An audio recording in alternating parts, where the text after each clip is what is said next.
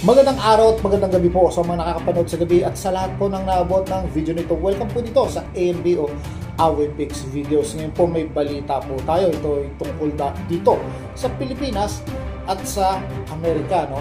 Ito yung pagpunta ni ang ating presidente ni Bongbong Marcos Jr. dito sa Amerika at nakipag-meet po siya dito kay Donald Trump at alamin natin kung ano yung napag-usapan nila dito sa maikling balitang ito mula sa One India News. Ipi-play na po natin at bigyan po natin ito ng ating reaction. At siyempre, inaasahan ko po yan sa inyo yung komento dyan sa comment box. Ito po. Material. She's invited me to China and we'll probably be doing that in the not too distant future. A little bit out, but not too distant. And I've been invited by a lot of people. And we'll make those decisions pretty soon. It is affecting people that want to buy houses, and that shouldn't happen. And Mr. President, and you know, he should lower them. Those rates should be 3 points lower. That's what they should be, 3 points lower, maybe more than that. I would like to ask. May invitation pala ito si Donald Trump kay mula sa China, no, Xi Jinping, no? At mukhang maganda yung sinasabi niya rito tungkol sa China, no? Although maganda naman talagang partner ang China pagdating sa mga negosyo, no? Kaya lang may threat pa rin ang China, no? At medyo ikinagulat ito ng ating presidente Bongbong Marcos doon sa sinabi. So ano na Pilipinas, no? Sige, tuloy po natin ang video. At parang nagkakagulo yung media. Mr. President Marcos, next year, Philippines is going to be the rotating chair of ASEAN. I wonder how do you plan to balance your relationship between the United States and China? And for President Trump, Kremlin yesterday said if you are going to Beijing in September, they wouldn't rule out a meeting between you and President Putin. Is such a meeting possible? And how soon do you plan to visit China? Well, we have a lot of meetings possible. President Xi has invited me to China. And we'll probably be doing that in the not too distant future. A little bit out, but not too distant. And I've been invited by a lot of people. And we'll make those decisions pretty soon. Please. Well, as you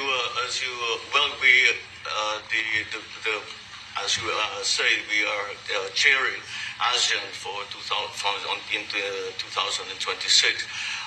There is no need, in a sense, to balance, as you characterize as, to balance our relationship between the United States and China, simply because our foreign policy is an independent one.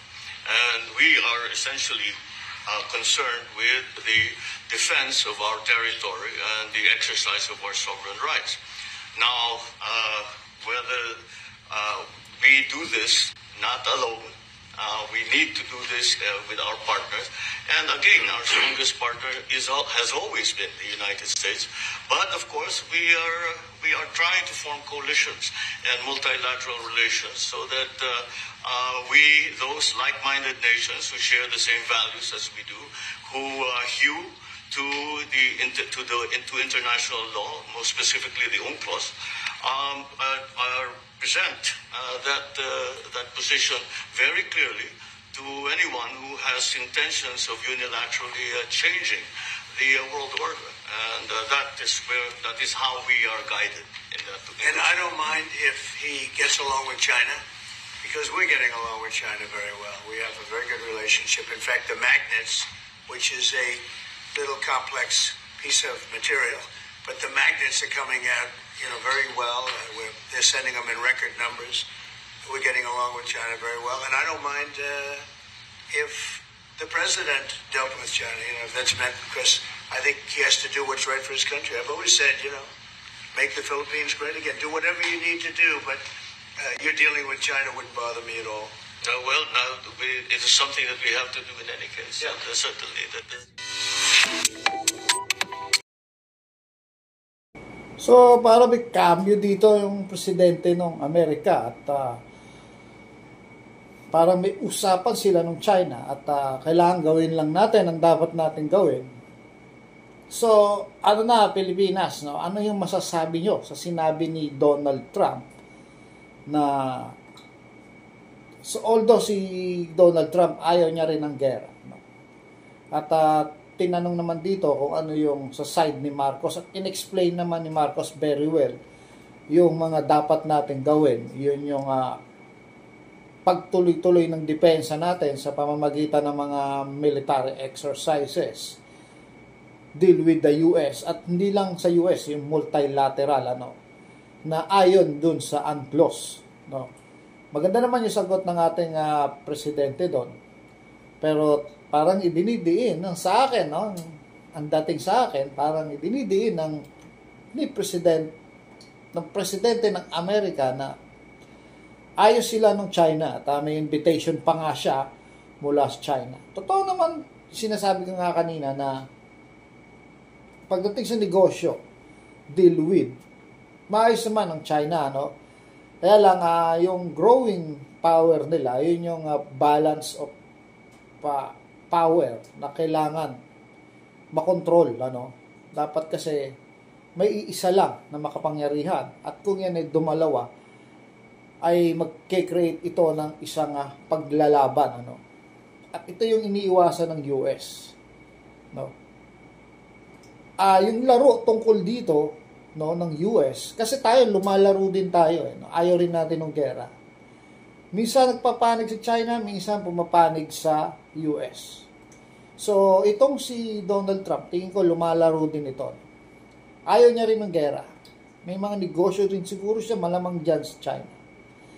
At sa ngayon, maganda pa ang relasyon ng China at US pagdating sa mga business, At alam naman natin, business-minded talaga ito si Trump dahil business talaga siya. Nagsimula sa business. Isa siyang negosyante.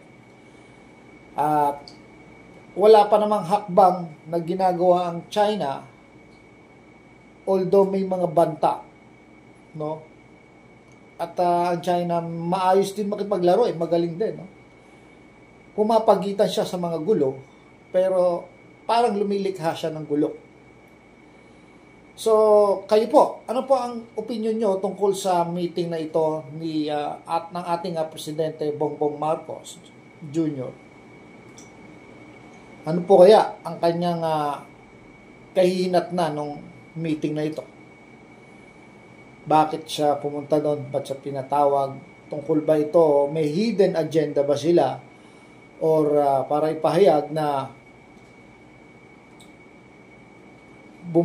o para mapababa yung tension dito sa West Philippine Sea. Parang gano'n, So, lahat lumalaro, Lahat umiiwas sa gera. So, yun po ang kasing sinasabi dito. Wala po talagang panalo sa gera. Lahat po ay talo pag usapin ay gera. So, hanggang dito na lang po. Maraming salamat po. Ito po ang Aboy Mix Videos. Hanggang sa muli.